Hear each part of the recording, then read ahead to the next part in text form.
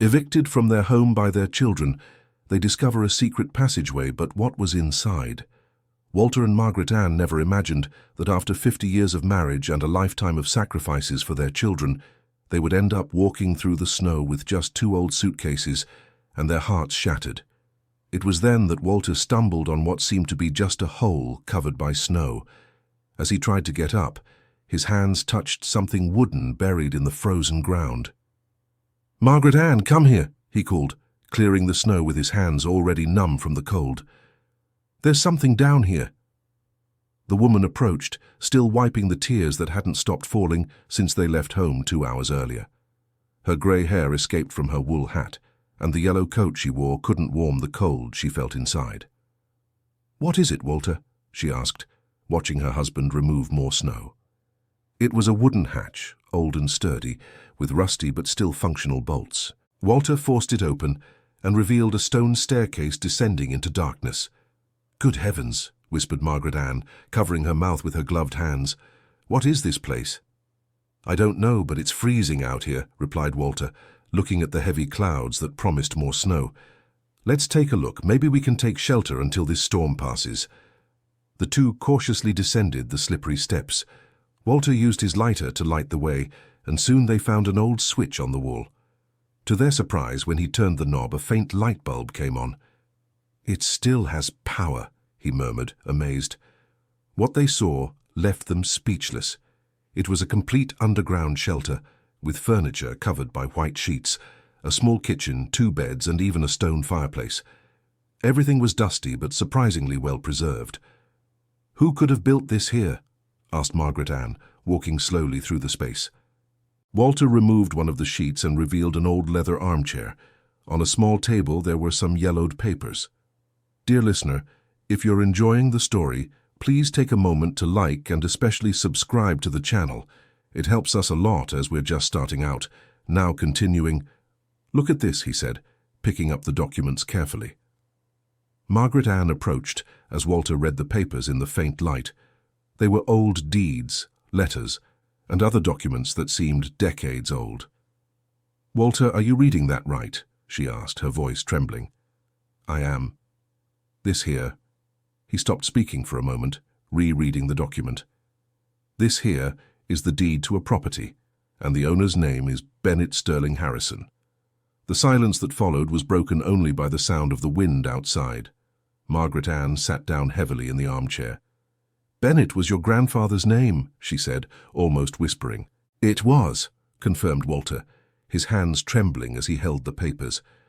"And Sterling Harrison is our full surname." Margaret Ann stood up abruptly, pacing back and forth in the small space. "But how can that be? You always said your grandfather lost everything when your parents were children, that he was left in poverty and had to sell everything to pay the debts." "That's what my father always said," replied Walter, continuing to examine the documents. "But look here, Margaret Ann. Here's a letter dated 1954. He began to read aloud. "My dear grandson, if you are reading this, it is because you have finally found what I left for you and your descendants. This property has always belonged to our family, and it always will. Do not believe the lies they may have told about our financial situation. I built this shelter to protect the documents and evidence that we are the legitimate owners of this land." Margaret Ann felt her legs weaken and leaned against the wall. "Walter, do you understand what this means?" "I'm trying to understand," he replied, running his hands through his graying hair. "My grandfather died when I was 10. My father always said he was a dreamer who lost everything betting on bad business ventures." "What if that's not true?" asked Margaret Ann, her eyes shining with hope for the first time in hours. Walter continued searching through the papers and found more letters, some addressed to lawyers, others to family members. One in particular caught his attention. "Listen to this," he said, reading another letter. "Bennett, we know you've discovered our plans, but it's too late. The documents have been altered, and the authorities have already been informed about your alleged debts. We recommend you accept the situation and leave the property voluntarily to avoid further embarrassment." "Who signed that letter?" asked Margaret Ann, moving closer. Walter turned the page and went pale. "It's signed by Joseph Harrison and Douglas Harrison." But those were your grandfather's brothers, said Margaret Ann, unable to believe what she was hearing. Exactly. His own brothers conspired to steal the family property. Margaret Ann sat down again, this time on the floor, leaning against the wall. Tears streamed down her face once more, but now they were different. They were no longer just tears of sadness, but of outrage and disbelief. Walter, how many generations of our family have suffered because of this lie? I don't know, Margaret Ann. I don't know anything anymore. They continued exploring the shelter in silence for a few minutes. Walter opened some cabinets and found more surprises. Old photographs of the property, showing a large house where now there was only open field, and detailed maps of the land. Look at these pictures, he said, showing them to his wife. There was a huge house here, and look where we are on the map. We're right in the middle of the land that belonged to Grandpa. Margaret Ann took one of the photos and examined it carefully. Walter, do you recognize this place? No. Wait. He took the photo back and looked more closely. That big tree there in the background, that strange shape of the branches. It's the tree near Gregory's house, said Margaret Ann, referring to their eldest son. Exactly, exclaimed Walter. That means that our children know where this land is, completed Margaret Ann. They've always known. The weight of this discovery fell upon them like an avalanche. If the children knew the location of the family's ancestral land, why had they never mentioned it?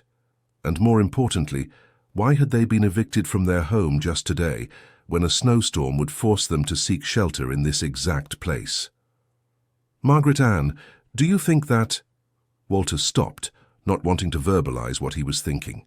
That they knew about this, she completed her husband's thought. Walter, our children didn't evict us from home out of impatience or lack of space. They evicted us because they wanted us to find this place. But why? Why would they need us to know about Grandpa's land? Margaret Ann stood up and began walking around the shelter again, thoughtful. Remember when Gregory started working at Mr. Miller's law firm, about 5 years ago, right? I remember. So? Mr. Miller is an expert in land issues and inheritance, and Stephen also started working with him 2 years ago. Walter stopped shuffling the papers and looked at his wife. Do you think they discovered about Grandpa's property through their work? I think it's more than that, Walter. I think they discovered we can claim this land. And I think they also discovered that this land is worth a lot of money nowadays. The silence that followed was heavy. Outside, the snow continued to fall and the wind grew in intensity. Inside the shelter, 2 elderly people processed the possibility of having been manipulated by their own children. But if they wanted us to know about this, why didn't they tell us directly? Asked Walter. Because then they wouldn't have to share it with us. Think about it, Walter. If we discover it on our own, they can say they knew nothing about it.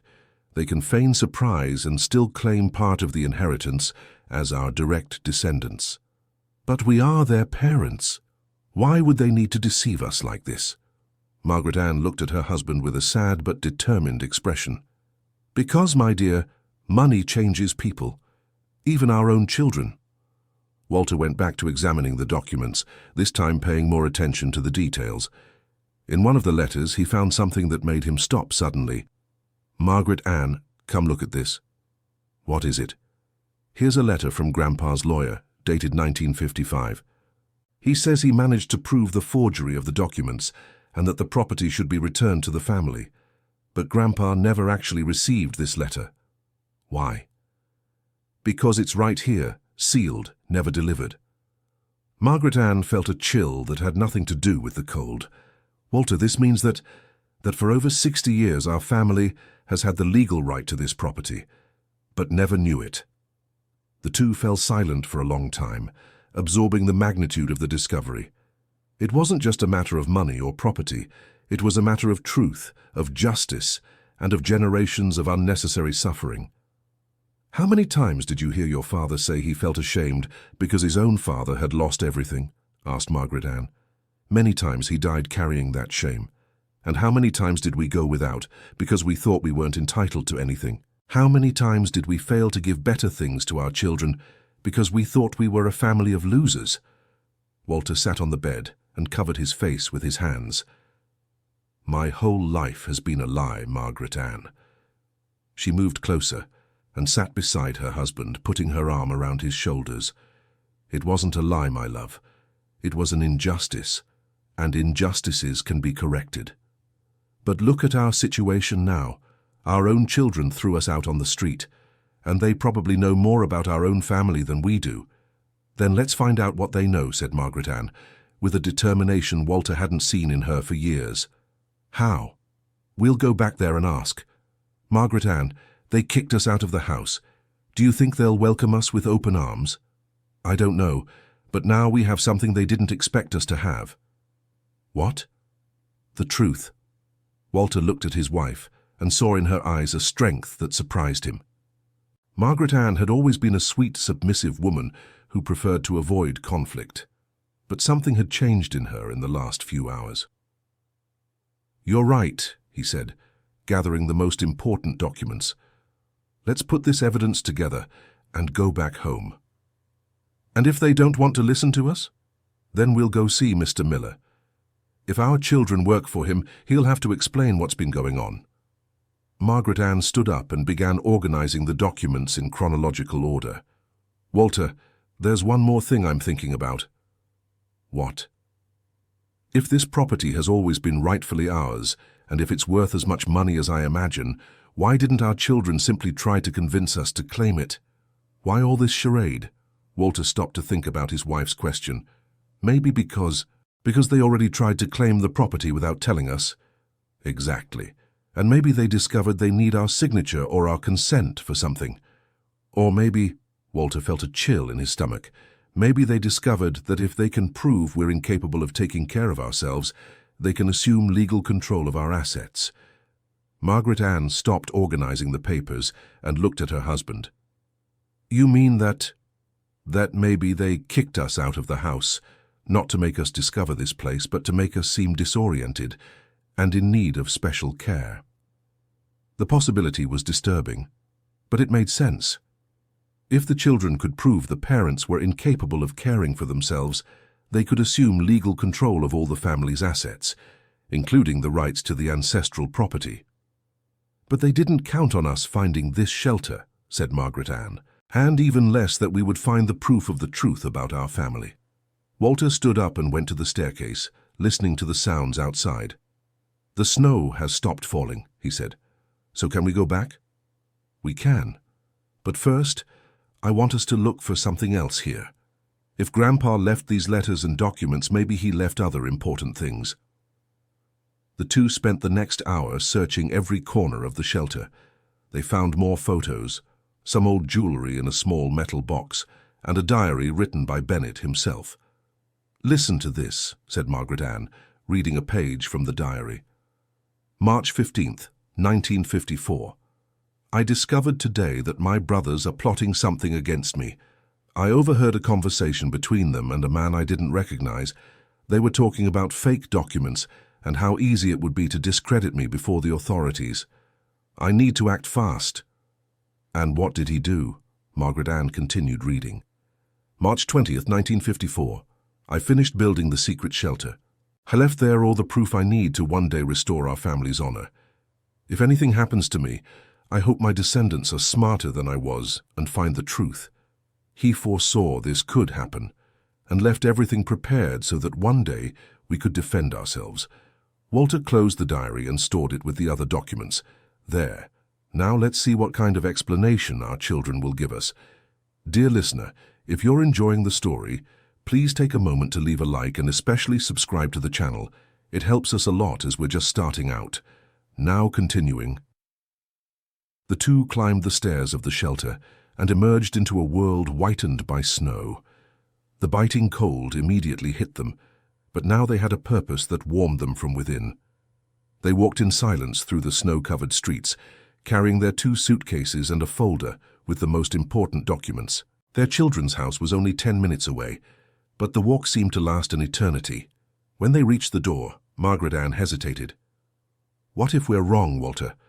What if our children really kicked us out because they couldn't stand taking care of us anymore?"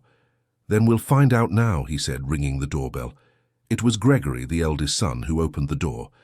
The surprise on his face was genuine, but there was something else there that Walter couldn't immediately identify. Dad? Mom? What are you doing here? We live here, remember? Replied Walter, with a dry tone. But you left. You said you were going to look for another place. We didn't leave, Gregory. You kicked us out, said Margaret Ann, with a firmness that surprised her son. Gregory looked around as if checking if anyone was watching, and then opened the door completely. Come in, you must be freezing. When they entered the living room, they found Stephen, the youngest son, on the phone. He quickly ended the call upon seeing his parents. Dad, Mom, what a scare. Where were you? We were worried. We were sheltering from the snow, replied Walter, carefully observing his son's reactions. I'm glad you're okay, said Gregory, but his voice sounded forced. Let's talk in the kitchen. I'll make some coffee to warm you up. In the kitchen, the four sat around the table. Margaret Ann noticed her sons exchanging meaningful looks, as if they were communicating silently. Well, began Gregory, we need to talk about your situation. What situation? Asked Walter. Dad, you're getting old. You need special care, and we aren't in a position to provide that here at home. A position? Margaret Ann leaned forward. Gregory, your house has 6 bedrooms, and the 2 of you live here alone. It's not a question of space, Mom. It's a question of, well, you know, your abilities are a bit diminished. Diminished how? Asked Walter, feeling his anger rise. Stephen intervened, trying to soften the situation.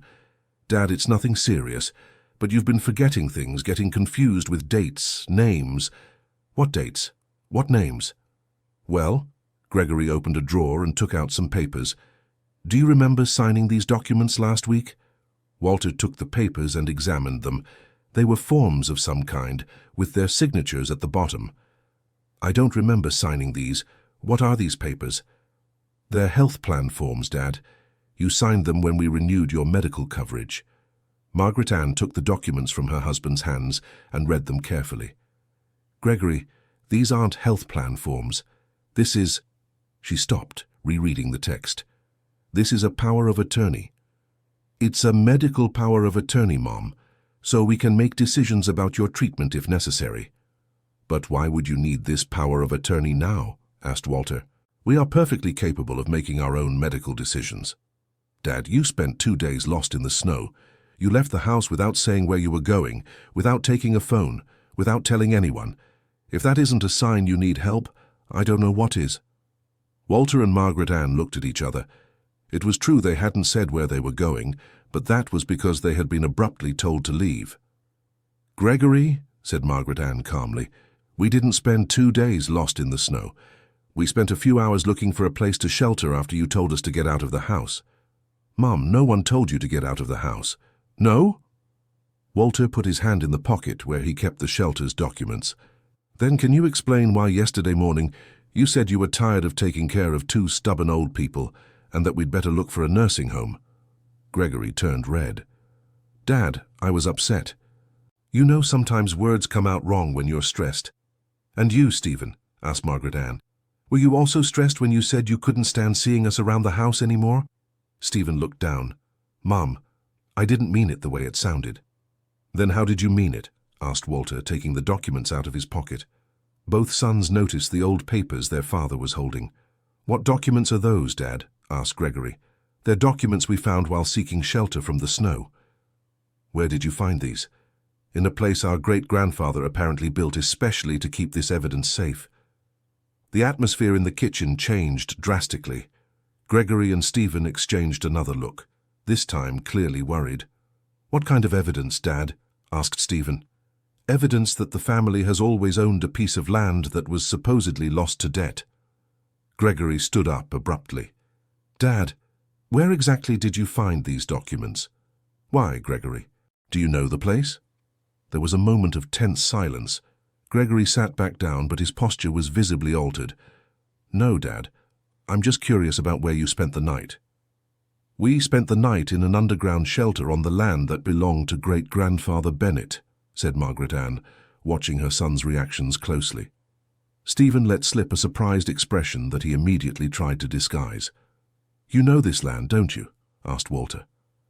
Dad, we don't know what you're talking about, said Gregory, but his voice didn't sound convincing. You don't know? Walter spread the documents on the table. Then can you explain to me how the two of you have been working for a lawyer specializing in land issues for 5 years and never mentioned that our family has rights to a valuable property? Gregory turned pale. Dad, I think you're getting things mixed up. We're getting things mixed up? Margaret Ann picked up one of the old letters. Then can you explain what this letter from our great-grandfather's lawyer, dated 1955, means? It proves the property sale documents were forged. The two sons were silent for a long moment. Finally, Stephen sighed. Gregory, it's no use anymore. They found out. Shut up, Stephen. Found out what? Asked Walter, his voice dangerously low. Stephen looked at his brother and then at his parents. Dad, Mom, we can explain. Then explain, said Margaret Ann. Gregory ran his hands through his hair, clearly agitated. All right, we'll explain. But you have to understand we did this thinking of everyone's good. Did what?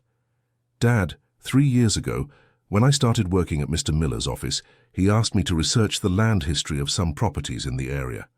One of them was the land where you found that shelter. And during the research I discovered the documents that proved our family has always been the true owner of that land. And why didn't you tell us? Gregory hesitated before answering. Because the situation was complicated. Complicated how? Stephen intervened. Dad, that land is worth a lot of money today. There are companies interested in buying it to build a shopping center. And what's the problem with that? The problem, continued Gregory, is that to claim the property, we needed to prove not only that we had a right to it, but also that you, as the closest direct descendants, were in a condition to make legal decisions about the property. Margaret Ann felt a chill down her spine. What did you mean by in a condition? Mom, you're in your 70s. Any lawyer for the opposing side could argue that you are vulnerable to manipulation, or that you don't have the mental capacity to understand the implications of such a large transaction. So you decided you should be the ones to control the situation, said Walter, beginning to understand. It's not exactly like that, Dad. No? Then what is it like? Gregory took a deep breath. Dad, we thought if we could get the legal power of attorney to represent you in financial matters, we could claim the property and sell it for a good price. Then we would split the money among all of us. Without consulting us? We were going to consult you, Dad, but we wanted to make sure everything was in order before getting your hopes up. And kicking us out of the house was part of this plan. Stephen and Gregory exchanged another look. Dad, you weren't exactly kicked out. No? Then what were we? You were directed to discover the truth on your own. Margaret Ann stood up, indignant. Directed? You humiliated us, made us feel like a burden, threw us out into the street in the middle of a snowstorm. Also, we would discover on our own something you've known about for 3 years. Mom, it wasn't exactly like that. That's exactly how it was, Gregory, said Walter, also standing up. You manipulated the whole situation to get what you wanted without having to treat us like adults capable of making our own decisions. Dad, we were only trying to protect you. Protect? Margaret Ann was trembling with anger. Protect from what? From discovering our family had rights we didn't know about? From having the chance to correct a historical injustice? From deciding for ourselves what to do with our inheritance? That's not it, Mom. Then tell me one thing, interrupted Walter. If you were really thinking of everyone's good, why didn't you come talk to us openly from the start? Why all this charade? Gregory lowered his eyes. Because we thought you wouldn't understand the legal situation. Or because you thought it would be easier to make the decisions for us and then present us with a fait accompli, suggested Margaret Ann. Mum, it's not like that. No? Then explain these powers of attorney you had us sign without properly explaining what they were. Stephen sighed deeply. All right. You're right to be angry. We were wrong in how we handled this. Wrong? Walter slammed his hand on the table. You deceived us, manipulated us, humiliated us, and almost made us spend the night on the cold street. And you think you just were wrong? Dad, we never intended for you to spend the night out.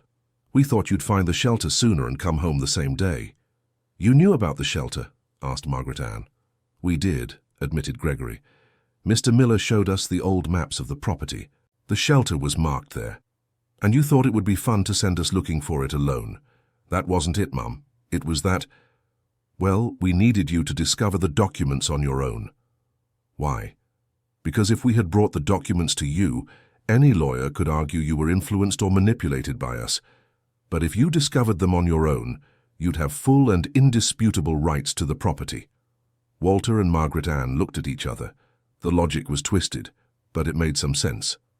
Even so, said Walter, you had no right to treat us this way. Dad, we know we were wrong, but you need to understand we were trying to do what was best for the family. The best would have been to talk to us from the beginning, said Margaret Ann.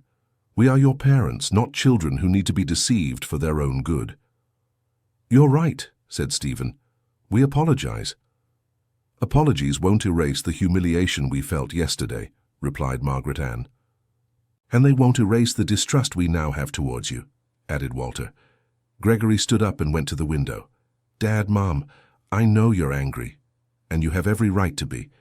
But now that you know the truth, we can work together to resolve this situation. Work together? Walter laughed bitterly. After everything you've done, you think we're going to trust you to handle this? Dad, you're going to need legal help, and we know all the details of the case. Then give us all the details and we'll decide what to do. It's not that simple, Dad. There are complex legal issues involved. Then we'll find another lawyer, said Margaret Ann. Mom, Mr. Miller is the best specialist in the region for this type of case. Mr. Miller, who allowed his staff to deceive his own parents? Asked Walter. No, thank you. Stephen approached his parents. Dad, Mom, please, let's forget how we got here and focus on what we can do now. You've discovered you have rights to a property worth a lot of money. That's a good thing. It's a good thing that could have been discovered in a much less painful way, replied Margaret Ann. I agree. But it's already been discovered. Now we need to decide what to do with this information. Walter sat back down and spread the documents on the table. First, I want you to tell me everything you know about this property. Everything, from the beginning. Gregory sat back down as well. All right, Dad. I'll tell you everything. And this time, added Margaret Ann, no lies, no omissions, and without treating us as if we were incapable of understanding. I agree, Mom. Gregory began to tell the whole story. He explained how, 3 years ago, Mr. Miller had tasked him with researching the land history of several properties in the region as part of a larger land regularization project. One of those properties was the land where Bennett had built his house, and later the secret shelter. During the research, Gregory discovered the irregularities in the property's sale documents. He also discovered that Bennett's brothers had conspired with influential people of the time to forge a non-existent debt and force the sale of the property. The most interesting part, Gregory continued, is that the property was never really sold. The documents that our great-grandfather's brothers presented were fake, but at the time there was no easy way to verify that. And today there is? Asked Walter. Today there is. With modern technology, we were able to prove that the stamps and signatures on the original documents were forged, and more importantly, we found the authentic documents in the county clerk's archives, which prove the sale never happened legally. That means that technically the property always belonged to our family. It has been illegally occupied for over 60 years. Margaret Ann leaned forward. And who occupies the property now? Currently it belongs to a construction company that bought it from the descendants of our great-grandfather's brothers.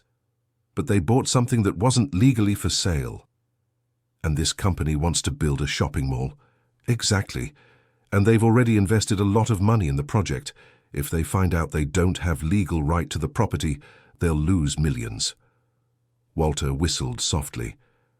That's why you thought the situation was delicate. Exactly, Dad. If we claim our rights to the property, we'll be facing a powerful company with a lot of money to spend on lawyers. And you thought it would be better to deceive us than to prepare us for this battle. Gregory lowered his eyes again. Dad, we thought it would be better to have everything planned and organized before involving you in the situation.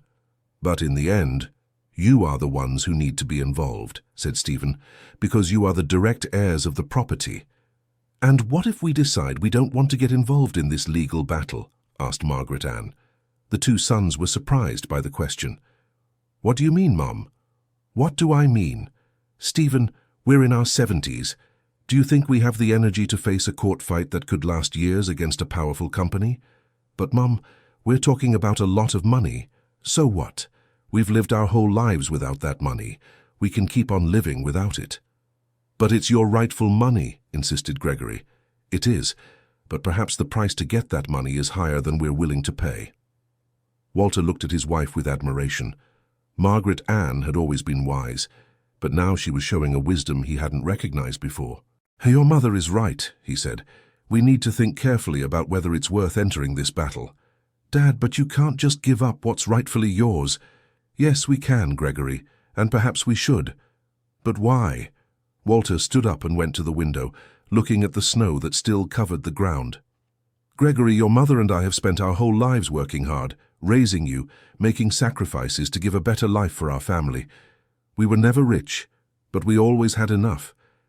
But now you could have much more than enough." "For what?" "We're already at the end of our lives. What do we need a lot of money for now? You could leave a larger inheritance for us and for the grandchildren." Margaret Ann turned to her sons with a stern expression. "Gregory, after everything you've done to us in the last 24 hours, do you really think our priority is to leave you more money?" Gregory flushed red again. "Mum, I didn't mean that." "That's exactly what you said, and that's exactly what both of you have been thinking from the start." "That's not true." "Of course it's true," Walter interrupted. "You found out you could make a lot of money from this property, and the first thing you thought of was how to gain control of the situation." "Dad, don't interrupt me. You didn't think to tell us the truth and let us decide. You thought about how to manipulate the situation to get what you wanted.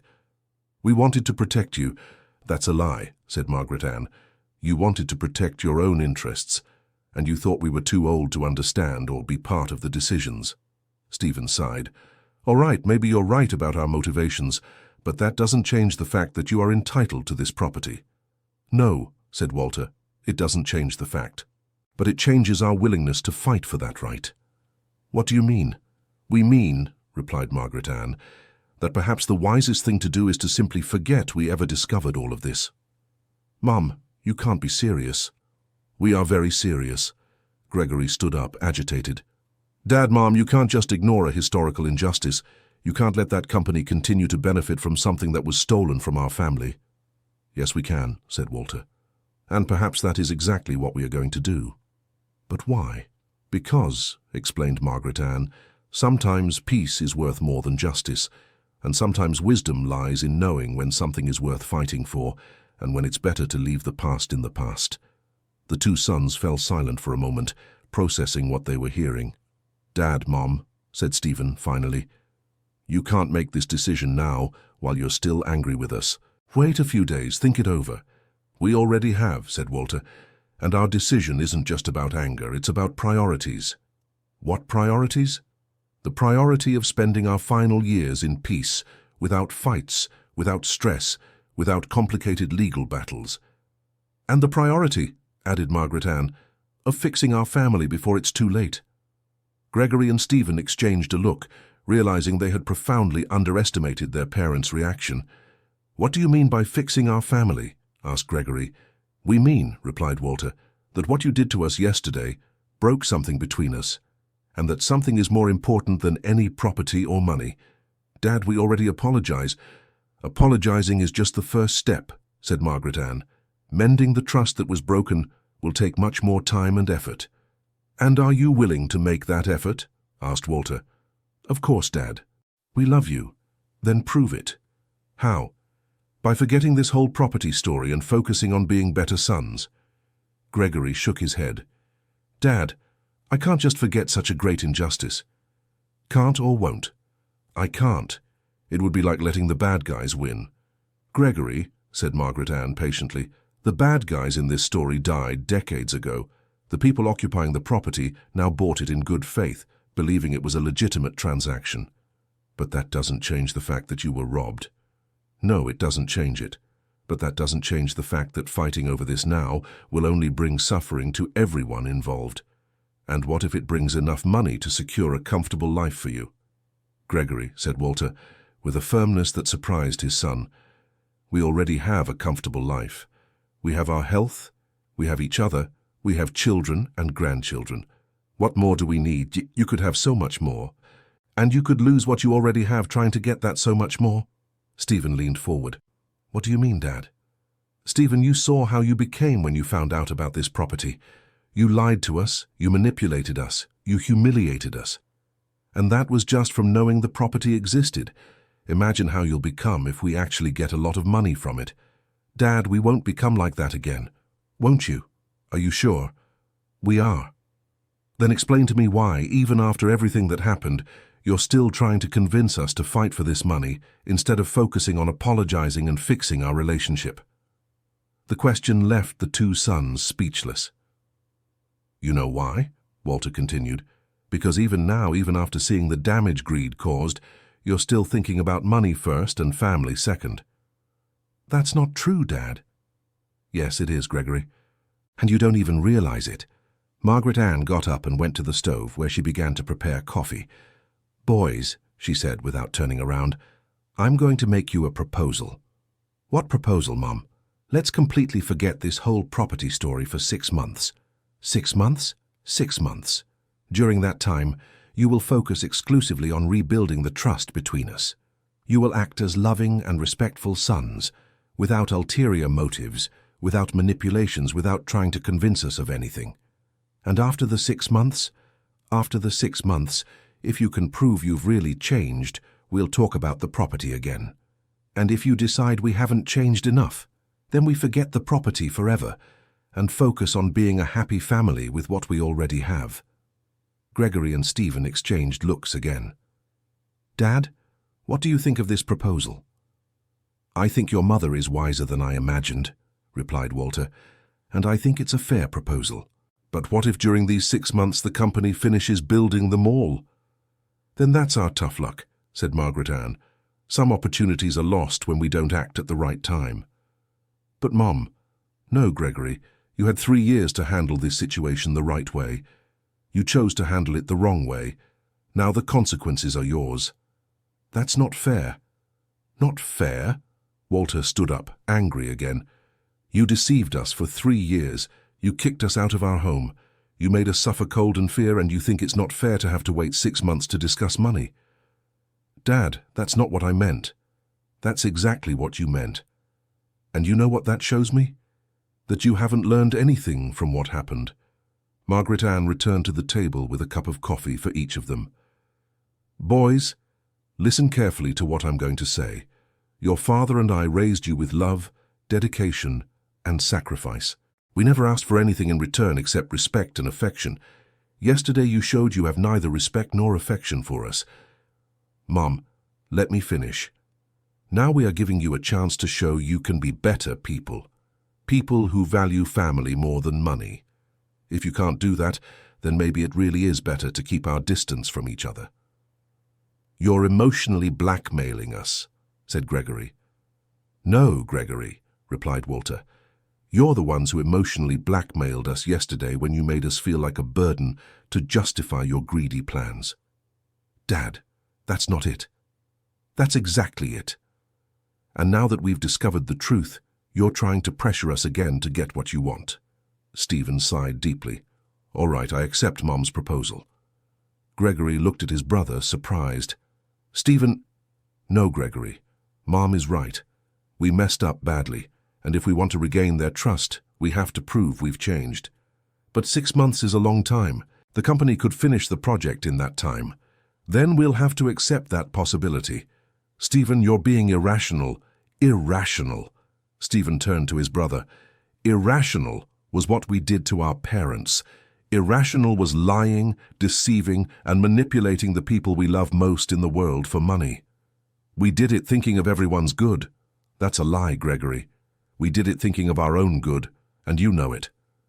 Gregory fell silent for a moment, processing his brother's words. Stephen is right, said Margaret Ann, and the fact that you're still trying to justify what you did shows you still don't understand the gravity of the situation. Dad, Mom, I understand you're hurt. Hurt? Walter shook his head. Gregory, you didn't hurt us. You betrayed us, and betrayal is much more serious than hurt. Dad. Gregory, I'm going to ask you a question, said Margaret Ann. If the situation were reversed, if we had lied to you and your brother, humiliated you in public, kicked you out of the house, and then tried to justify it all by saying it was for your own good, how would you feel? Gregory fell silent, finally beginning to grasp the magnitude of what they had done. You would feel betrayed, Margaret Ann continued. You would feel that the people you trusted most in the world deceived you in the worst possible way. That's how we're feeling right now, Walter added. And you want us to simply forget that and focus on the money? No, Dad, I hadn't thought of it that way. Then think about it now. Gregory lowered his head and remained silent for a long time. When he looked up, there were tears in his eyes. Dad, Mom, I'm sorry, I'm truly sorry. We know you are, said Margaret Ann, but being sorry isn't enough. You need to show that you've truly understood what you did wrong and that you're willing to change. How can we show that? By accepting our proposal to wait 6 months without talking about the property, said Walter, and by using that time to act like sons who truly love their parents, Margaret Ann added. Gregory looked at Stephen, who nodded encouragingly. All right, Gregory said finally. I accept the proposal. Are you sure? Asked Walter. Yes, Dad, and I promise I'll use these 6 months to prove I can be a better son. Margaret Ann smiled for the first time since they had arrived home. That's all we wanted to hear. But, Walter continued, you understand that if we discover any lies or manipulation during these 6 months, the proposal is cancelled and we forget about the property forever. We understand, Dad. And you understand that our trust in you has been deeply shaken and that it will take a lot of time and effort to rebuild it. We understand. Then let's start right now, said Margaret Ann. First thing, you're going to help us take our things back to our rooms. Of course, Mom.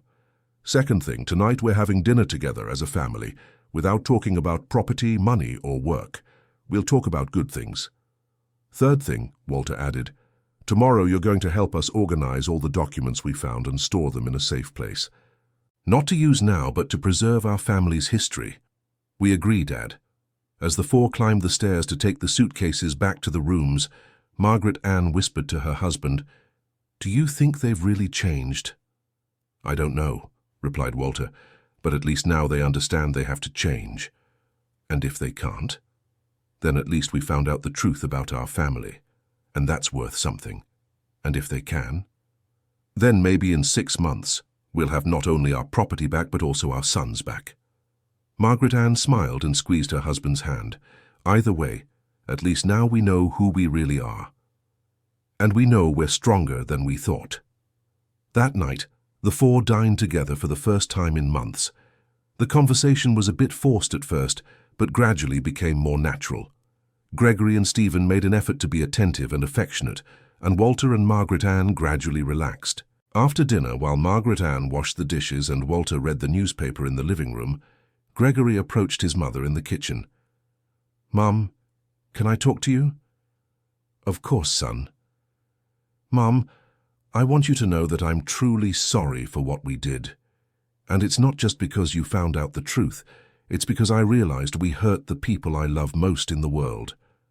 Margaret Ann stopped washing the dishes and turned to her son. Gregory, I believe you're sorry, but do you understand why it's so hard for us to trust you now? I understand, Mom, and I know we'll have to work hard to earn back that trust. You won't have to work, son. You'll have to want to work. And you'll have to do it from the heart, not because you want something in return. I want to, Mom. I want to be a better son. Margaret Ann smiled and touched her son's face. Then you will. In the living room, Stephen had sat down next to his father. Dad, can I ask you something? You may, son. Are you really willing to give up that property if we can't prove we've changed? Walter lowered the newspaper and looked at his son. Stephen, can I ask you a question? Sure. What's more important to you, having parents who trust you or having more money in the bank account? Stephen thought for a moment before answering. Having parents who trust me. Then you already have your answer. Dad, but what if it's possible to have both? It might be possible, but if I have to choose one, I'll choose to have sons I can trust. Even if that means giving up a lot of money? Stephen, your mother and I have already given up many things in life. We gave up better jobs to stay close to you when you were children. We gave up trips and luxuries to pay for your education. We gave up many personal dreams to fulfill your dreams. I know that, Dad. And we've never regretted those choices, because we did everything out of love, not self-interest. Dad, I want to learn to make choices out of love too. Walter smiled and put his hand on his son's shoulder. Then you're on the right path. That night, for the first time in a long while, all four slept peacefully in the same house. The following days were of gradual adjustment.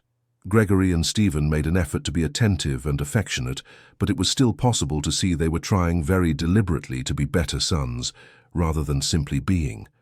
1 week after the discovery, Margaret Ann found Walter in the garden, looking thoughtfully at the trees still covered in snow. "What are you thinking about?" she asked. "I'm thinking if we did the right thing," he replied.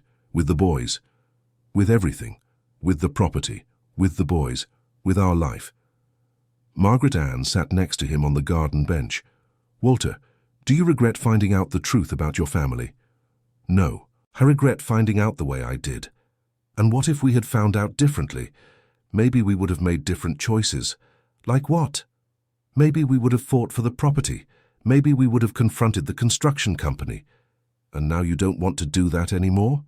Walter sighed. "I don't know, Margaret Ann. Part of me wants to fight for justice, wants to correct this historical injustice, wants to show the world that our family are not losers. And the other part? The other part is tired of fighting, it's tired of proving something to anyone. It just wants to live in peace for the years we have left." "And which part is stronger?" "Today, the second one. But I don't know if it will always be like that." Margaret Ann took her husband's hand. "Walter, we don't need to decide anything right now. We have 6 months to think, to see how our children behave, to decide what kind of people we want to be from now on. And if after 6 months I decide I want to fight for the property, then we'll fight together. And if I decide I don't want to, then we won't fight, and that will be okay too." "You don't care about the money?" Margaret Ann smiled. "Walter, if I cared about money, I would have married that rich merchant who was courting me before I met you." "Why don't you care?" "Because I've learned throughout life that the most important things cannot be bought. Health, love, peace, a united family, those things are priceless. But money can help get some of those things. It can. But it can also destroy others. Look what happened to our children when they found out about the possibility of getting a lot of money. They changed. Exactly. And not for the better. Do you think they can go back to being how they were before? I think so, but it will take time." At that moment, Gregory appeared at the back door. "Dad, Mom, can I talk to you?" "Of course, son." Gregory approached, but remained standing, looking nervous. "Dad, Mom, I have a confession to make." Walter and Margaret Ann looked at each other, worried. "What confession?" asked Margaret Ann. "Early today, Mr. Miller called me to his office. He wanted to know if you had already made any decision about the property." "And what did you say?" "I said you were still thinking." "That's true." "Yeah, but he pressured me to try to convince you to act soon." "Why?"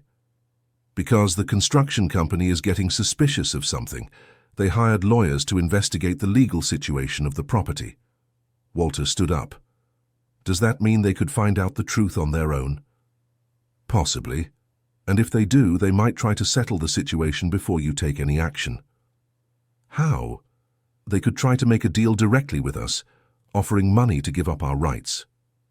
"And would that be legal?" "It would be, if you agreed." Margaret Ann stood up too. "Gregory, why are you telling us this?" "Because I promised I wouldn't lie or withhold important information anymore."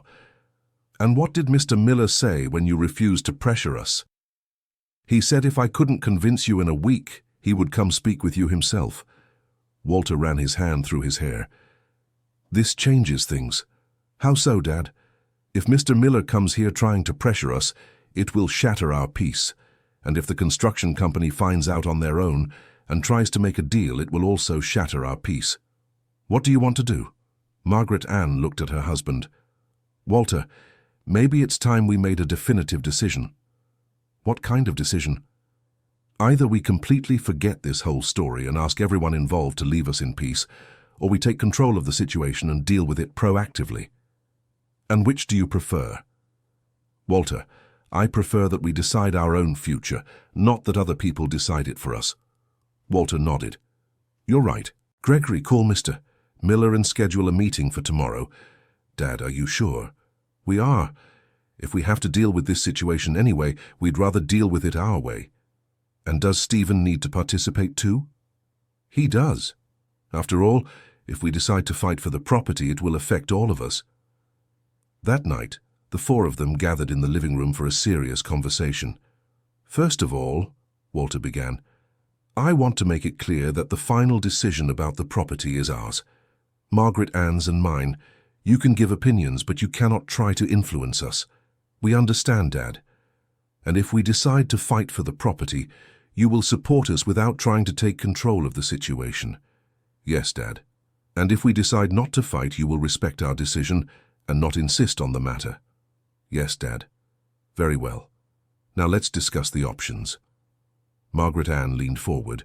The first option is to simply sign a document giving up any rights to the property and ask everyone to leave us in peace.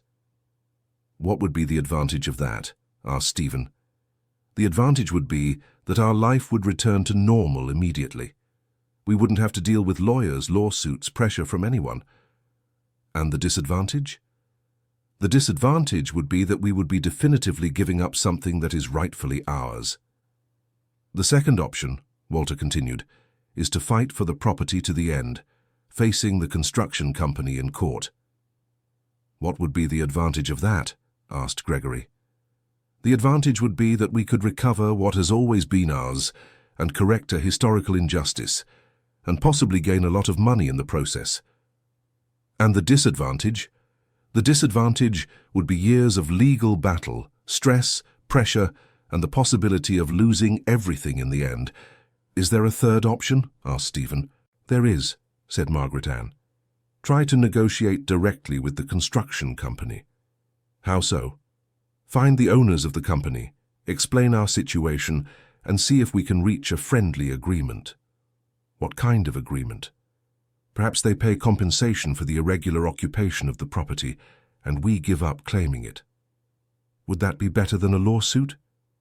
It would be faster and less stressful, Walter replied, but it might result in less money. And there is a fourth option too, Margaret Ann added. Which one? Sell our rights to the property to the construction company itself for the fair market value of the land. How so? Instead of claiming the property to later sell it, sell our rights directly to the party already occupying the land. Would that be legal? It would be, if done correctly. The four fell silent for a few minutes, thinking about the options. Dad, Mom, said Gregory finally, which option do you prefer? We don't know yet, Walter replied. That's why we're going to talk with Mr. Miller tomorrow. We want to better understand the implications of each choice. And after the talk with Mr. Miller, then we'll think for a few days and make our decision. Can I give my opinion? Asked Stephen. You may. I think you should try direct negotiation with the company. It would be the most civilized way to resolve the situation. Why? Because that way you get something without harming anyone too much. The company doesn't lose the investment it has already made. You receive some compensation for the injustice, and everyone is at peace. Gregory, what is your opinion? Asked Margaret Ann. I think you should fight for the full rights, not just for the money, but for justice. Why? Because if we don't fight for justice when we have the opportunity, we are allowing injustices to keep happening. Walter looked at his wife. And you, Margaret Ann? What do you think? I think all options have advantages and disadvantages, but I also think the most important thing is not which choice we make, but why we make that choice. How so? If we choose to fight for money, we'll become greedy people. If we choose to fight for justice, we'll become just people. If we choose to give up for peace, we'll become wise people. If we choose to give up out of fear, we'll become cowards. So the motivation is more important than the decision itself? I think so. And what motivation would you like to have? Margaret Ann thought for a moment. I would like to make a decision based on love for our family and the desire to do what's best for all of us, including our children and grandchildren. That's a good motivation, agreed Walter. The next morning, the four of them went together to Mr. Miller's office. It was an elegant office in the city centre, with expensive furniture and a very formal secretary. Mr. Miller was a middle-aged man, well-dressed with a commanding presence. He greeted everyone cordially, but Walter sensed a tension in the air. "Mr. Walter, Mrs. Margaret Ann," said Mr. Miller, after everyone was seated. "I imagine your sons have already informed you about the property situation." "Yes, they informed us," replied Walter. "And have you made any decision yet?" "We're still evaluating our options. That's why we came to talk to you." "Very well. Let me explain the legal situation clearly." Mr. Miller opened a folder and began showing documents. "Based on the research we've done, you have an indisputable legal right to the property. The documents proving the sale were forged, and we have enough evidence to prove this in court." "What does that mean in practice?" asked Margaret Ann. "It means that if you file a lawsuit, you have an excellent chance of recovering the property. You also have the right to compensation for the irregular use of the land all these years." "How much money are we talking about?" "The property is worth approximately $5 million today, and the compensation for irregular use could reach an additional $2 or $3 million. The four of them fell silent, processing the numbers. "And how long would a lawsuit take?" asked Walter. "Between 2 and 5 years, depending on appeals." "And the costs?" "We can work on a contingency basis. You wouldn't need to pay anything up front." "And the chances of winning?" "I'd say they're at least 80%. "And if we lose?" "If you lose, you pay nothing for our services, but you also receive nothing for the property." Margaret Ann leaned forward. "Mr. Miller, is there a possibility of negotiating directly with the construction company?" "There is. But they would probably offer much less than you would receive through a lawsuit." "How much less?" "Perhaps $1 or $2 million, instead of $8 million. "It would still be a lot of money for us," commented Walter. "It would, but it would be much less than you're entitled to." "Mr. Miller," said Gregory, "which option would you recommend?" "Professionally, I would recommend the lawsuit. You have a very strong case, and the potential value is very high." "And personally?" asked Margaret Ann. Mr. Miller hesitated for a moment. "Personally? Well, you need to consider your age, your health, your stress level, and what you really want from life." "What do you mean?" "Mrs. Margaret Ann, you and your husband are in your 70s. A long, complicated lawsuit can be very stressful. Perhaps a quick negotiation is more suitable for your situation. Even if it means receiving less money. Money is only worth something if you can enjoy it in peace." Walter was surprised by the lawyer's honest answer. "Mr. Miller, can you help us arrange a direct negotiation with the company?" "I can. In fact, they've already approached me indirectly." "How so?" "They found out we're investigating the legal status of the property and sent a representative to see if we were representing anyone interested in contesting ownership." "And what did you say?" "I said I couldn't discuss details without my client's authorization." "So they already know we exist?" "They know someone exists, but they don't know it's you specifically." "And what do you suggest we do?" "I suggest we schedule a meeting with the company's representatives for an initial conversation. No commitments, just to understand what kind of settlement they'd be willing to make." Walter looked at Margaret Ann, who nodded slightly. "All right, let's schedule that meeting." "Great, can I schedule it for next week?" "Yes. But before that," Margaret Ann interjected, "we'd like to visit the property in person." "What for?" "To see with our own eyes what was done with our family's land." Mr. Miller agreed and offered to accompany them on the visit. 2 days later, the 5 of them went to the property. It was a clear morning, with the snow from earlier in the week already melted. When they arrived at the site, Walter and Margaret Ann were shocked by what they saw. Where there had once been open fields, there were now the foundations of a huge shopping mall. Construction machinery was scattered across the entire plot, and dozens of workers were on the project. "My God," whispered Margaret Ann. "They've already started construction. And by the looks of it, they've already invested a lot of money," added Walter. Mr. Miller approached. "This could be an advantage for you in the negotiation. How so? The more they've invested, the more motivated they'll be to reach a settlement instead of risking losing everything in a lawsuit. Walter walked over to where he had found the entrance to the secret shelter. The spot was now completely altered, with concrete and machinery everywhere. "The shelter," he said to Margaret Ann. "They've covered up the shelter." "It was to be expected," she replied. "They didn't know the historical importance of the place. Our whole family history was down there. The history is in the documents we saved, and most importantly, in the lessons we learned." Gregory and Stephen approached their parents. "Dad, Mom, what are you feeling?" asked Stephen. "I'm feeling sadness," replied Walter. "Sadness at seeing the place where my grandfather was born transformed like this." "But also relief," added Margaret Ann. "Relief?" "Relief at seeing that we're no longer the only ones responsible for preserving the memory of this place. Now it will exist in a different way, but it will still exist." Mr. Miller approached the group. "Mr. Walter, would you like to walk around the entire property?" "No," replied Walter. "We've seen enough." "Have you made any decision yet?" "Not yet, but we're closer to making one." On the way back, Margaret Ann asked her husband, "Walter, what did you feel when you saw all that?" "I felt anger at first, anger at seeing our history being erased. And then? Then I felt acceptance, I think. I realized that land will continue to exist, just in a different way." "And does that bother you?" "It does, but not enough to want to fight for years to change the situation." "So you already know what decision you want to make?" "I think so." "And you?" "I think so too." That night, Walter and Margaret Ann talked alone in their room. "Margaret Ann, I've decided I want to try negotiating with the company." "Me too. Not for the money, but for justice." "How so?" "I want them to know that property wasn't rightfully theirs.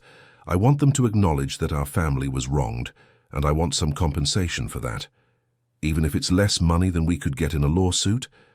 Even so, because then we can resolve everything quickly and focus on what really matters, which is rebuilding our family. To enjoy our last years in peace and to leave a better example for our grandchildren. Do you think our children will be disappointed that we didn't try to get as much money as possible? If they are, it will be an important lesson for them about values and priorities. And if the company doesn't want to negotiate, then we think about what to do. But first, let's see if there's a possibility to resolve this in a civilized way." A week later, Mr. Miller scheduled the meeting with the representatives from the construction company. It was a large company, headquartered in Chicago, that was investing heavily in commercial projects in the region. The meeting took place in Mr. Miller's office, with the presence of Walter, Margaret Ann, Gregory, Stephen, Mr. Miller, and 3 representatives from the company: the legal director, the project manager, and another lawyer. The legal director, Mr. Henderson, got straight to the point. "Mr. Walter, Mrs. Margaret Ann, we understand you believe you have rights to the property where we are building our shopping center." "We don't believe it," Walter replied. "We know we do." "Well, our legal research shows we purchased the property legally from the registered owners." Mr. Miller intervened, showing the documents that proved the forgery of the original papers. "Mr. Henderson, as you can see here, the original sale documents were forged. The property never legally ceased to belong to Mr. Walter's family." The company's lawyer examined the documents carefully. "These documents appear authentic," he admitted. "But that doesn't prove our purchase was invalid." "Yes, it does," replied Mr. Miller. "If the original sale was based on forged documents, all subsequent transactions are invalid."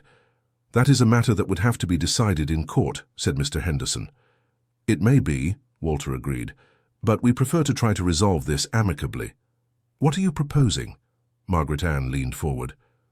"We are proposing that you acknowledge our family has legitimate rights to the property and that you pay us fair compensation for the irregular occupation of the land."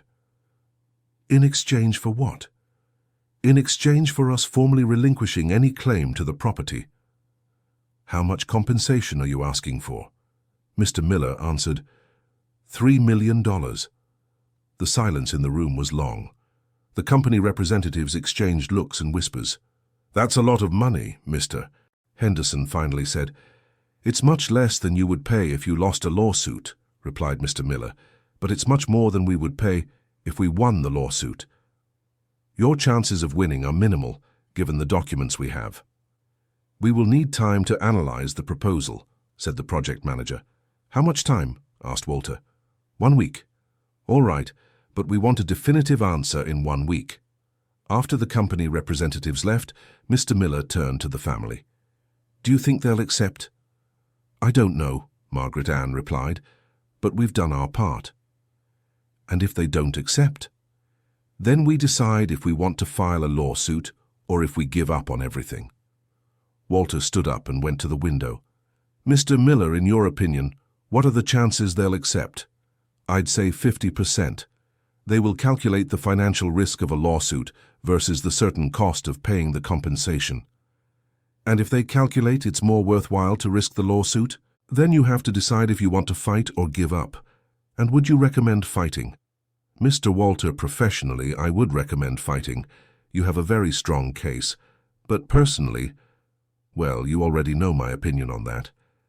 That week, Walter and Margaret Ann spent a lot of time talking about the future.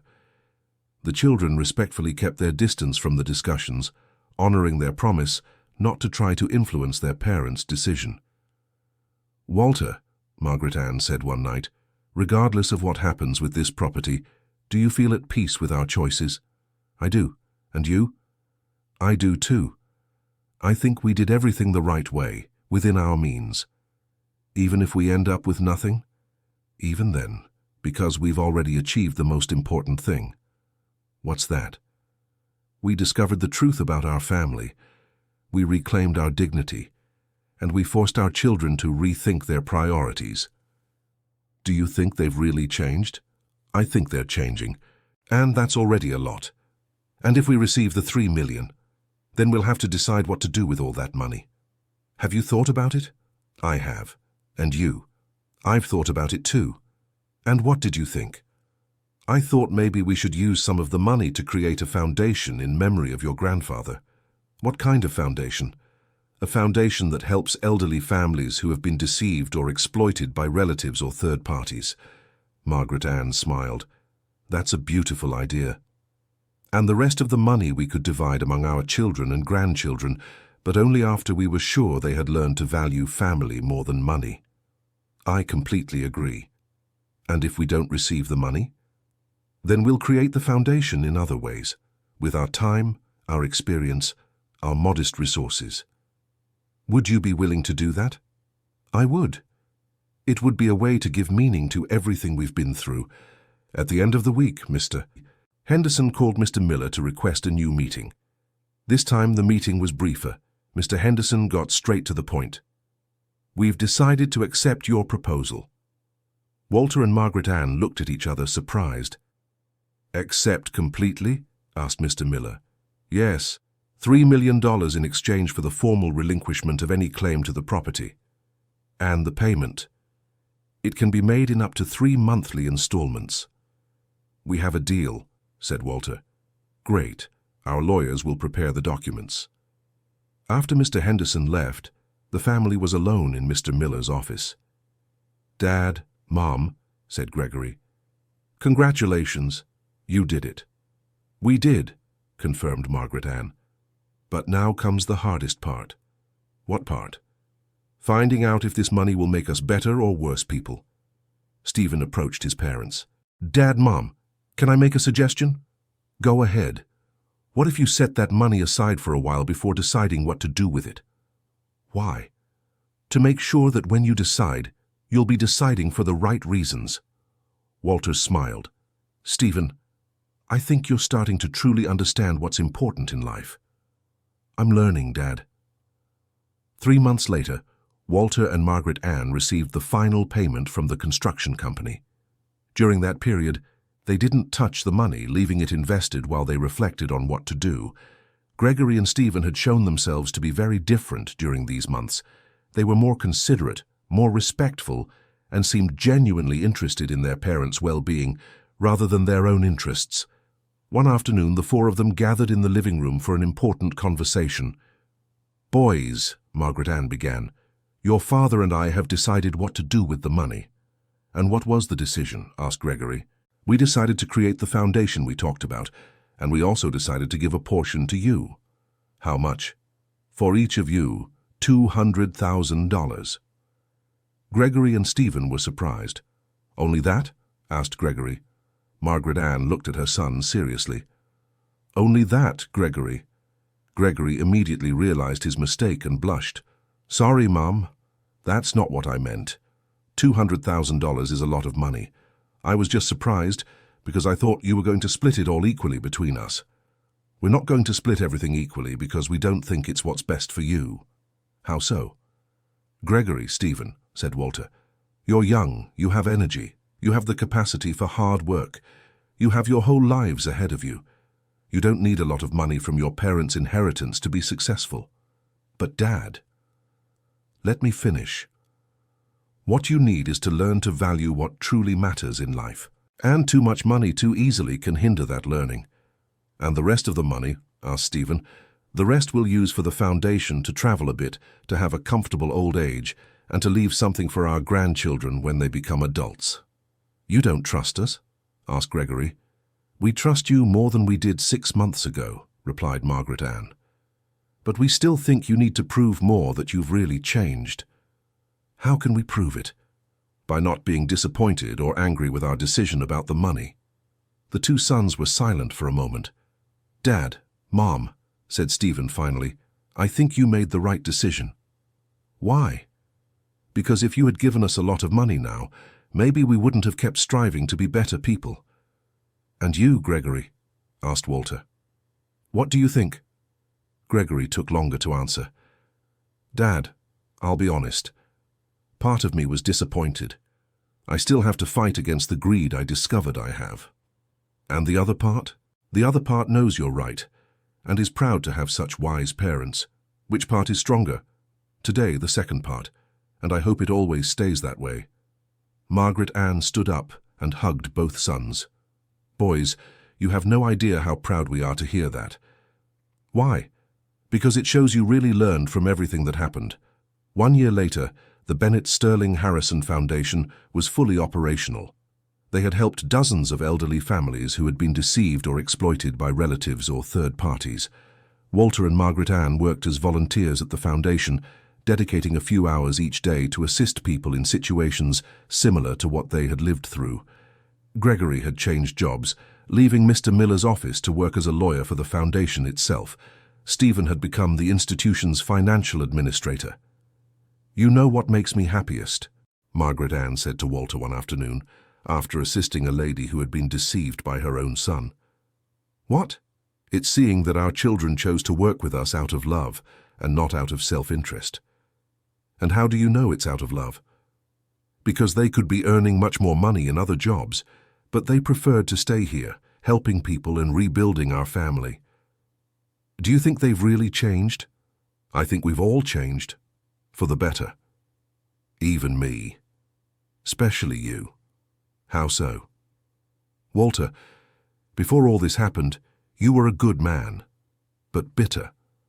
You carried the weight of the shame your father felt over your grandfather's supposed defeat. And now? Now you're a good man at peace. You discovered that your family has always been dignified, has always had worth, has always deserved respect. And did that change anything in how I see myself?" "It changed everything. You stand taller, you speak with more confidence, you smile more. You've become the man you always were inside, but didn't know you could be on the outside." Walter reflected on his wife's words. "You're right. I feel different. And I feel different too." "How?" "I feel stronger, wiser, more capable of making difficult decisions. You were always strong and wise." "I was, but I didn't know it. Now I do." That evening, the four of them had dinner together as they always did now. The conversation flowed naturally, with laughter, jokes, and the genuine affection that characterizes healthy families. During dessert, Gregory made an announcement. "Dad, Mom, Stephen, and I want to tell you something." "What is it?" "We decided to create a family fund to complement the foundation's work." "How so?" We're going to donate 10% of our salaries every month to help more families in vulnerable situations. Margaret Ann was moved. Boys, you don't have to do that. Yes, we do, Mom, said Stephen. We need to because that's how we learn to value money, by using it to help other people. And also, added Gregory, because it's our way of honoring the memory of our great-grandfather Bennett and everything he stood for. Walter stood up and hugged both sons. Boys, you have no idea how proud I am of you. We have an idea, Dad, because we're also proud of you and Mom. Why? Because you taught us that doing the right thing is more important than doing the easy thing. And that family is more important than money. 2 years after the discovery of the secret shelter, the family was gathered to celebrate Walter's 75th birthday. The party was simple, at their own home, with their children, daughters-in-law, and grandchildren. During the party, the eldest grandson, a 16-year-old teenager, approached his grandfather. Grandpa, can I ask you something? Of course, my boy.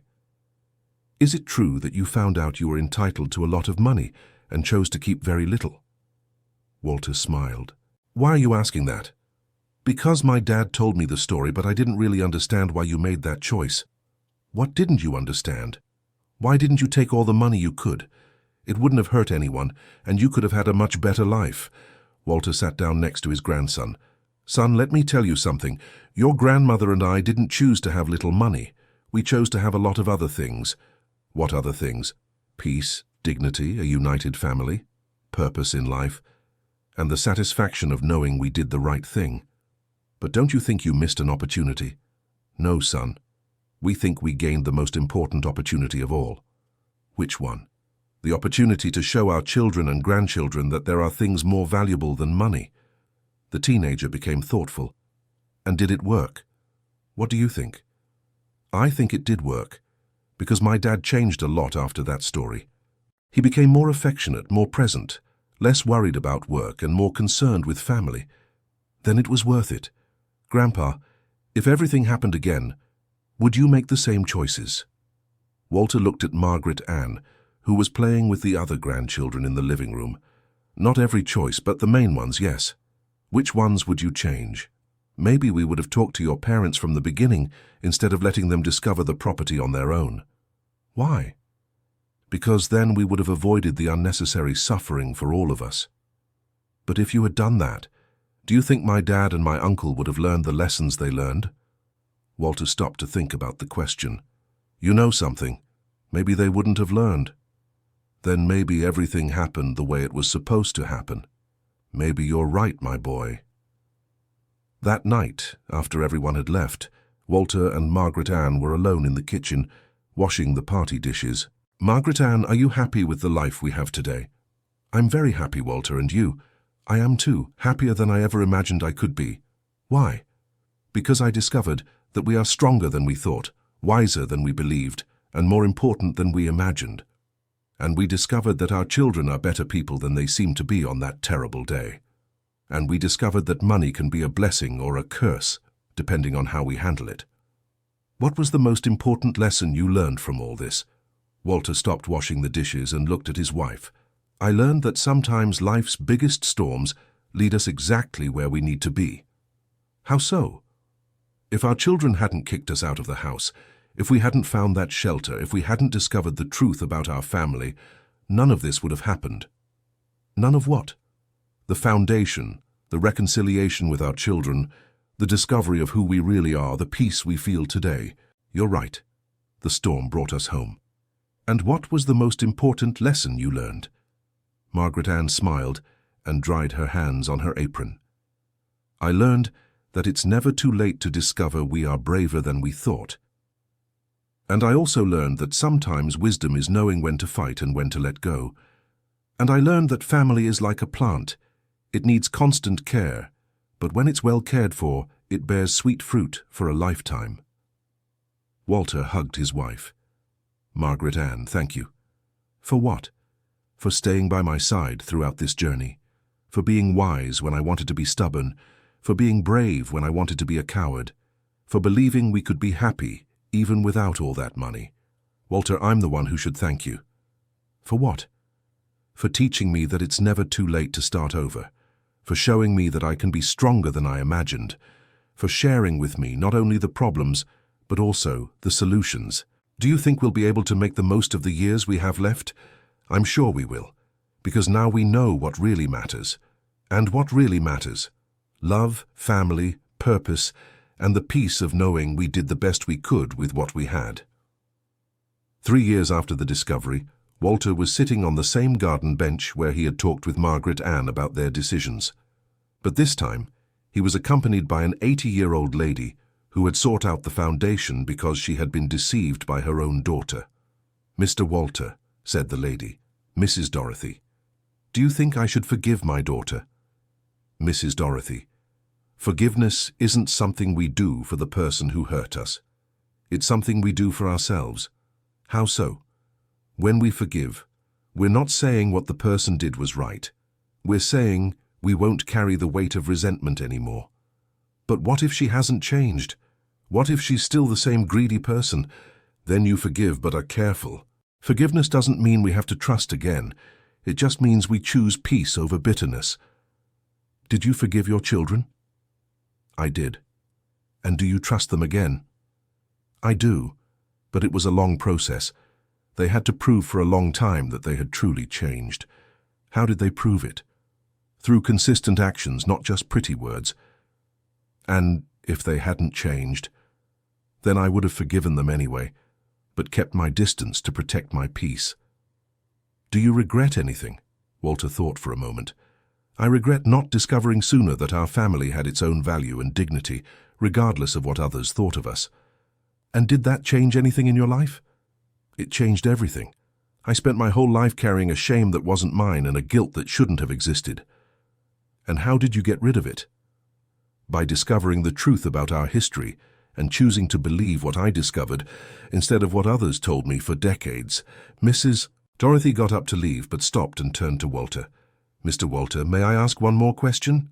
"Of course. Are you happy?" Walter smiled. "I am happier than I ever thought I could be, Mrs. Dorothy."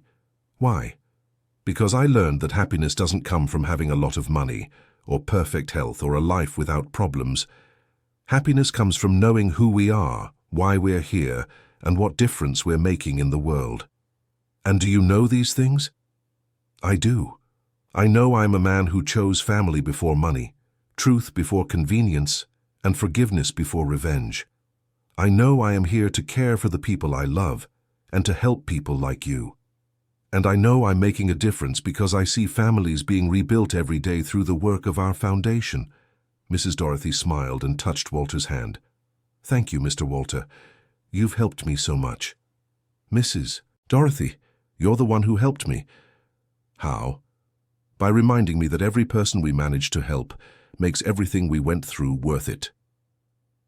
After Mrs. Dorothy left, Walter was alone in the garden, reflecting on everything that had happened since that terrible day they were thrown out of their home by their children. Margaret Ann appeared at the back door. "What are you thinking about?" "I'm thinking that sometimes life has a strange way of giving us exactly what we need." "How so?" "We needed to discover who we really were, and life gave us a situation that forced us to find out. And we needed our children to learn to value family more than money. And life gave us a situation that taught them exactly that. And we needed a purpose for our later years, and life gave us the foundation and all the people we've been able to help. Do you think we're lucky people? I think we're blessed people." "What's the difference?" "Lucky people get good things by chance. Blessed people are able to turn even bad things into blessings." Margaret Ann sat beside her husband on the bench. "Walter, if you could leave one piece of advice for our grandchildren about everything we've lived through, what would it be?" Walter thought carefully before answering. "I would tell them that money is a tool, not a goal. That family is a treasure that needs to be cared for every day. That truth is always worth more than convenience. And that it's never too late to start over when we discover we were on the wrong path." "And what would your advice be?" "I would say that sometimes the people we love will disappoint us, but that doesn't mean we should stop loving. It means we must learn to love wisely." "What else?" "That forgiveness isn't weakness, it's strength. That choosing peace isn't cowardice, it's courage. and that sometimes the most difficult decision is also the right one. Do you think they'll understand this advice? Maybe not now. But one day when they face their own storms, they'll remember and understand. And is that enough? It's more than enough. It's all we can do. Plant seeds of wisdom and trust they'll grow at the right time. At that moment, Gregory appeared in the garden. "Dad, Mom, can I talk to you?" "Of course, son." Gregory approached, looking emotional. "Dad, Mom, I have some news for you." "What news?" "The foundation has been selected to receive a national award for social responsibility." "Really?" asked Margaret Ann, surprised. "Really, and you two have been nominated to receive the award personally in Washington, D.C. Walter and Margaret Ann looked at each other, surprised. "But we didn't create the foundation to receive awards," said Walter. "I know, Dad, but you deserve to be recognized for the good you're doing." "And what does this award mean?" "It means your work is serving as an example for other people across the entire country, and it also means we'll receive additional funding to expand the foundation's work." Margaret Ann stood up, moved. "Walter, do you realize what this means?" "What?" "It means that secret shelter we found wasn't just a place where your grandfather stored documents. It was the place where he planted a seed that's only now bearing fruit." "How so?" "Your grandfather built that shelter to preserve the family's dignity, and today, because of what we found there, we are preserving the dignity of hundreds of other families." Walter was silent for a moment, absorbing the meaning of his wife's words. "Margaret Ann, do you think Grandpa Bennett imagined this could happen?" "I think he imagined that one day the truth would come out and that our family would regain its honor. But I don't think even he imagined it could result in so much good for so many people." "Dad, Mom," said Gregory, "can I say something?" "Yes, son." "I feel so proud to be your son." "Why?" "Because you could have used everything you discovered only for your own benefit. But you chose to use it to help other people." "Gregory, it was you who taught us that." "How so?" "You showed us how money can corrupt even the people we love. And that taught us that the only safe way to deal with money is to use it to do good." "Dad, I want to ask for forgiveness once more." "Why?" "Because today I completely understand the harm we did to you. And I also understand how generous you were to give us a second chance. Gregory, we've talked about this many times." "I know, Dad. But it's important for me to keep acknowledging my mistakes and thanking you for your forgiveness." "Why?" "Because that way I don't forget the lessons I learned and I don't make the same mistakes again." Margaret Ann hugged her son. "Gregory, that is the sign that you have truly changed." "How so, Mom?" "People who have truly changed do not forget where they came from and do not stop being grateful for the forgiveness they received." That night, during dinner, Stephen made an announcement. "Dad, Mom, Gregory and I have a proposal for you." "What proposal?" "We want to create a book telling your whole story." "Why?" "Because we think other families could learn from what you went through." "And what would this book be like?" "It would be the complete story, from the discovery of the shelter to the creation of the foundation. It would show how a family can overcome even the worst conflicts when it chooses love over pride." "And who would write it?" "The two of us, with your help to tell the details that only you know." "And what would the goal be?" "The goal would be to show other families that it is never too late to fix broken relationships, and that sometimes the greatest tragedies can turn into the greatest blessings." Walter looked at Margaret Ann. "What do you think?" "I think if our story can help other families, it's worth telling." "Then let's make the book." 6 months later, the book, The Secret Shelter, a story of forgiveness and new beginnings, was launched and became a national success. Hundreds of families contacted the foundation, saying the story had inspired their own reconciliations. On the day of the launch, Walter was being interviewed by a journalist. "Mr. Walter, what was the most difficult moment in this whole story?" "The most difficult moment was when we realized our own children had deceived and manipulated us." "And the most rewarding moment?" "The most rewarding moment was when they sincerely asked for forgiveness and began to show through actions that they had truly changed. If you could summarize the entire experience in one sentence, what would it be? Walter thought for a moment. Sometimes we need to be broken to discover how strong we are. And what advice would you give to families going through similar conflicts? I would say that true love always includes forgiveness, but true forgiveness always includes change.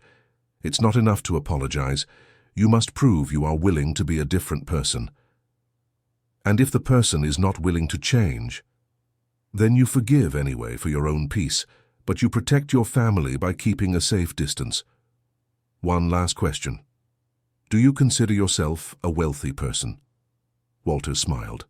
Reporter, I consider myself the richest man in the world. Because of the money from the property? No, because of the family I won back, the purpose I found, and the peace I have in my heart. After the interview, Walter and Margaret Ann returned home, where they found the whole family gathered to celebrate the book's success.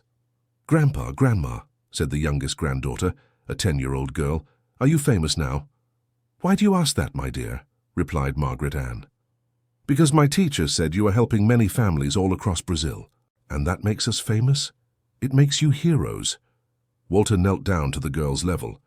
My dear, we are not heroes. We are just ordinary people who learned that doing the right thing is always better than doing the easy thing. And how did you learn that?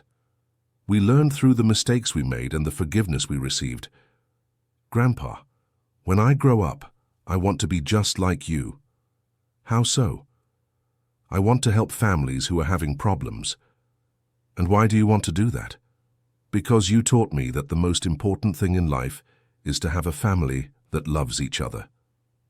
Margaret Ann was moved by her granddaughter's words. My dear, if we managed to teach you that, then everything we went through was worth it. 5 years after the discovery of the secret shelter, Walter and Margaret Ann were celebrating their 50th wedding anniversary. The party was grand, with relatives, friends, and dozens of families who had been helped by the foundation. During the party, the eldest son gave a speech. Father, Mother, 5 years ago I made the biggest mistake of my life. I threw you out of the house thinking only of my own interest. Today I can say that mistake turned into the greatest blessing for our family. Why? Someone in the audience asked. Because it forced us to discover who we really are, to value what truly matters, and to build a family based on true love instead of convenience. Father, Mother, thank you for forgiving me when I didn't deserve it. Thank you for giving me the chance to be a better son. And thank you for teaching me that it's never too late to start over. When Gregory finished speaking, Walter stood up to respond. Gregory, Stephen, thank you for learning from your mistakes and becoming the men we always knew you could be. Margaret Ann and I want to take this opportunity to make an announcement. What announcement? Asked Stephen. We have decided that when we can no longer run the foundation, the two of you will take on the responsibility of continuing the work. Father, Mother, it is a great honor, said Gregory. But it is also a very great responsibility, added Margaret Ann. You will be responsible for preserving not only the work of the foundation, but also the values it represents. What values? That family is more important than money, that forgiveness is stronger than revenge, that true love always includes a second chance, and that sometimes the greatest storms lead us exactly where we need to be. That night, when everyone had left, Walter and Margaret Ann were alone in the kitchen, as they always were after parties. Margaret Ann, are you happy with the life we've built? I am more than happy, Walter. I am fulfilled. Why? Because we managed to turn our greatest pain into our greatest joy. How so? Our greatest pain was discovering that our children had betrayed us. Our greatest joy was discovering that they could change and become better people. And you have no regrets? I have just one. What? I regret not believing in my own worth sooner. I spent too many years feeling inferior, ashamed, without the right to dream of better things. And has that changed? It has changed completely. Today I know I am a strong, wise woman, capable of making a difference in the world. And what else has changed? I learned that age is not a limitation, it's experience, that problems are not punishments, they are opportunities, and that a happy ending is not the absence of difficulties, it's the presence of true love to face those difficulties. Margaret Ann, thank you. For what? For being my companion all these years, for helping me discover who I really am, for making this beautiful life we have today possible. Walter, I am the one who thanks you. For what? For teaching me it's never too late to grow, for showing me I can be brave when I need to be, for sharing with me not just the dreams, but also the courage to achieve them. 10 years after the discovery of the secret shelter, Walter was hospitalized. At 82, his health had begun to decline, but his mind remained clear and his heart at peace. Margaret Ann, Gregory, Stephen, and all the grandchildren were by his side. "Father," said Gregory, "there's something I want to say to you." "What is it, son?"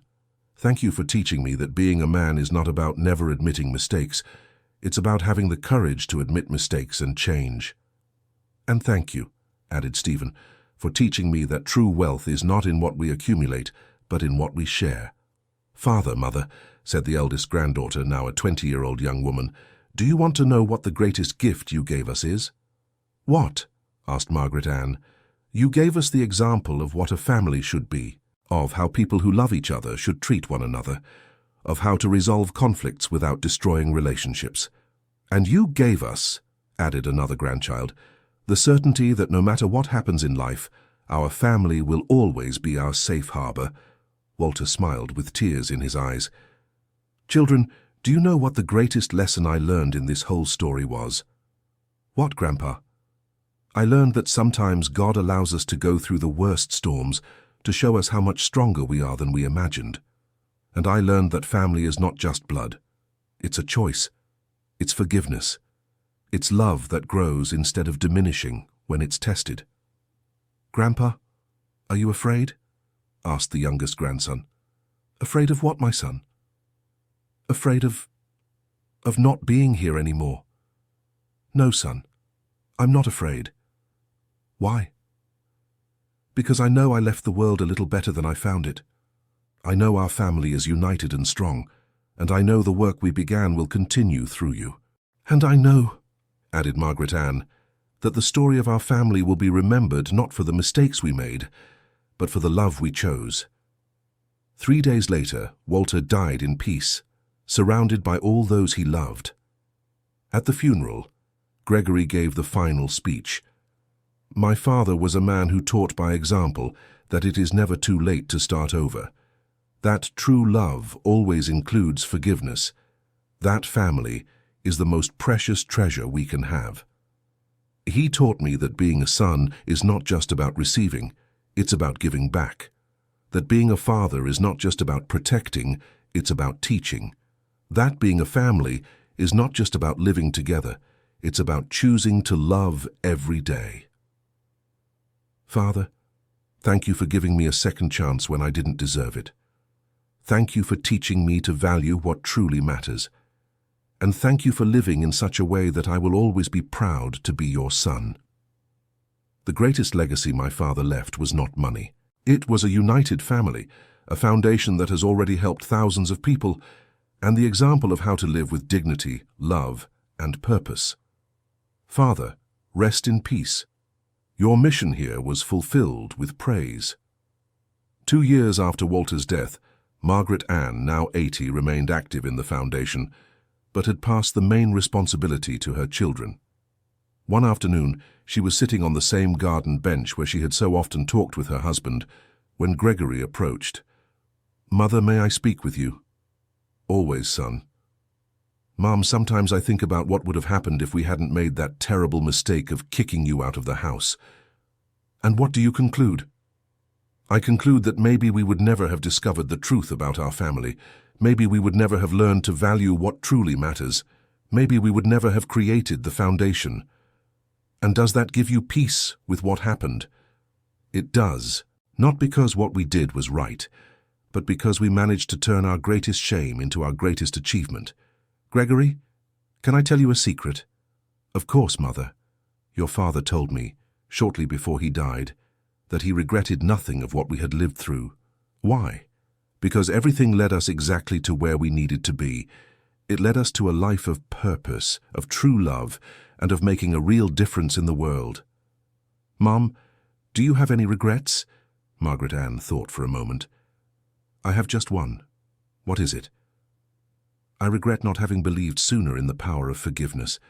I spent years of my life carrying small grudges that could have been resolved with an honest conversation. And did that change anything in how you live today? It changed everything. Today I forgive quickly, I love generously, and I live as if each day were a gift. Because it is, right, Mom?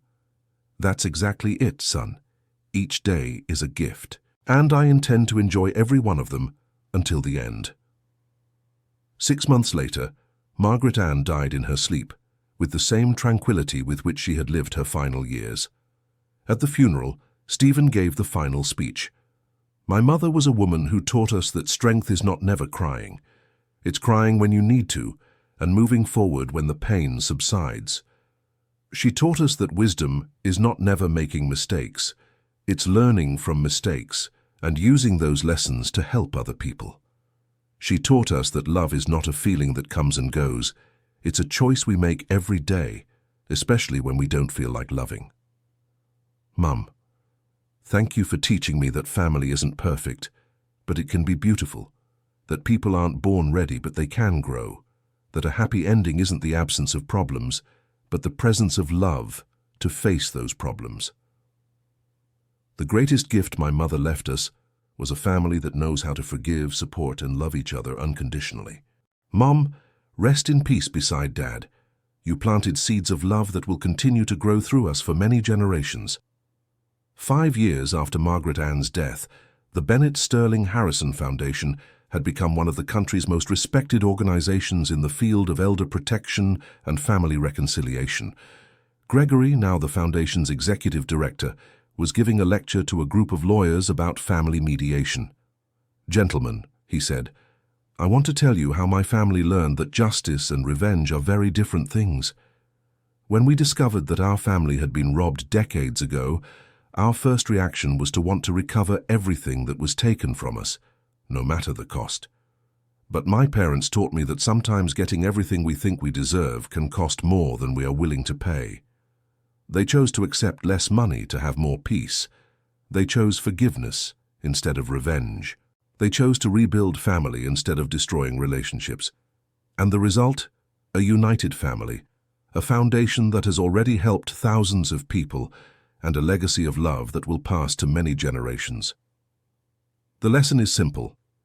Sometimes winning less is actually winning much more. After the lecture, a lawyer approached Gregory. "Dr. Gregory, may I ask a personal question?" "Of course." "Do you truly not regret not fighting for all the money your family could have gotten?" Gregory smiled. "Counselor, my parents could have gotten $8 million if they had chosen a long and draining court battle. And they only got $3 million from the negotiation." "Exactly. $5 million short. And that doesn't bother you?" "No. Do you know why?" "Why?" "Because with those $3 million, we created a foundation that has already helped over 5,000 families. My parents lived their final years in total peace. Our family became united and strong. I became a better person. How much do those things cost?" Gregory thought for a moment. "They're priceless. They are literally incalculable." "So you gained more than you lost?" "Doctor, we gained infinitely more than we lost. 20 years after the discovery of the secret shelter, Stephen was visiting his parents' grave with his own children, now grown. 'Dad,' said his eldest son, 'tell us the story about Grandpa and Grandma again.' 'Why do you want to hear it again?' 'Because every time you tell it, we learn something new.'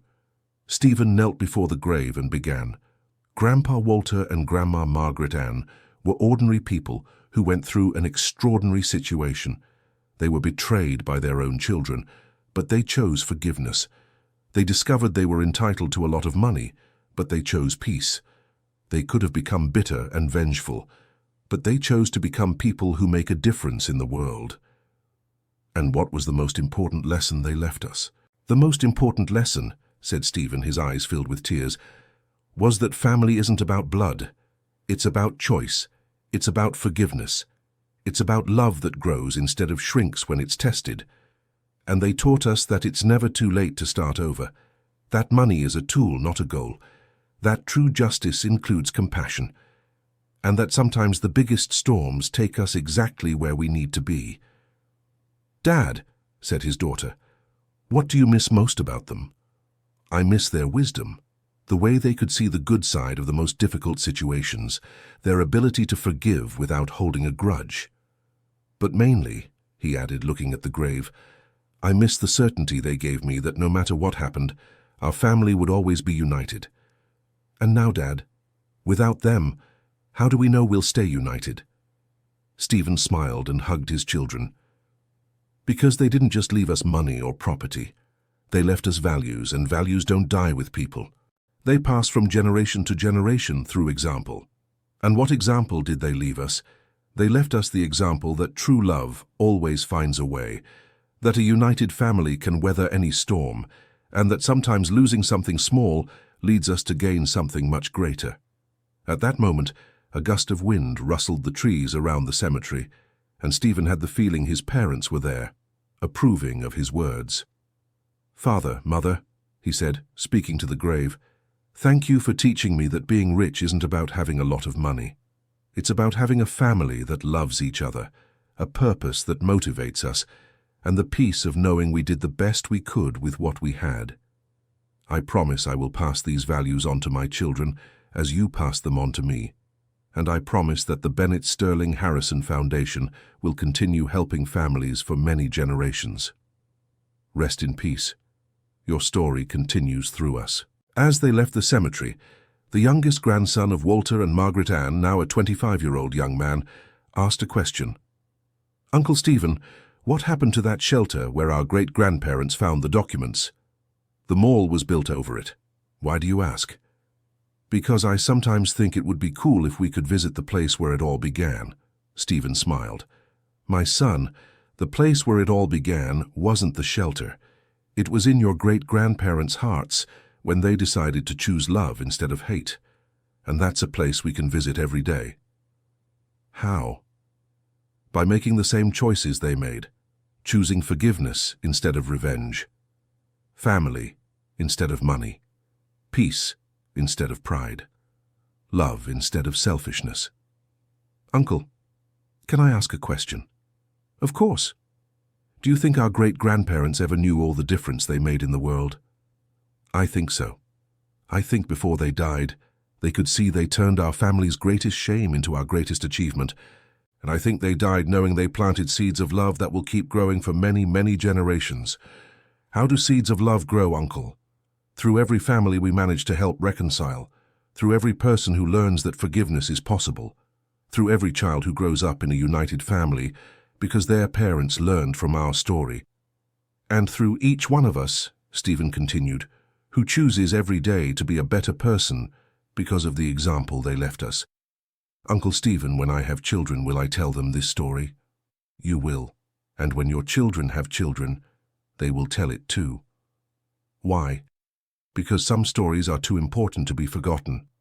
And the story of your great-grandparents is one of those stories. It's a story that teaches it's never too late to start over, that family is the most precious treasure we can have, and that sometimes the biggest storms lead us exactly where we need to be." And so, the story of Walter and Margaret Ann continued living through the generations, reminding everyone that true love always finds a way, that forgiveness is always possible, and that a united family can weather any storm. End of story. Now tell us what you thought of this story and where you're listening from. If you have something to share with us, leave it in the comments with sincere words.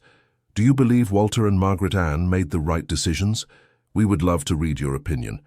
Thank you so much for your company. Don't forget to leave your like and, most importantly, subscribe to the channel so you don't miss other moving stories.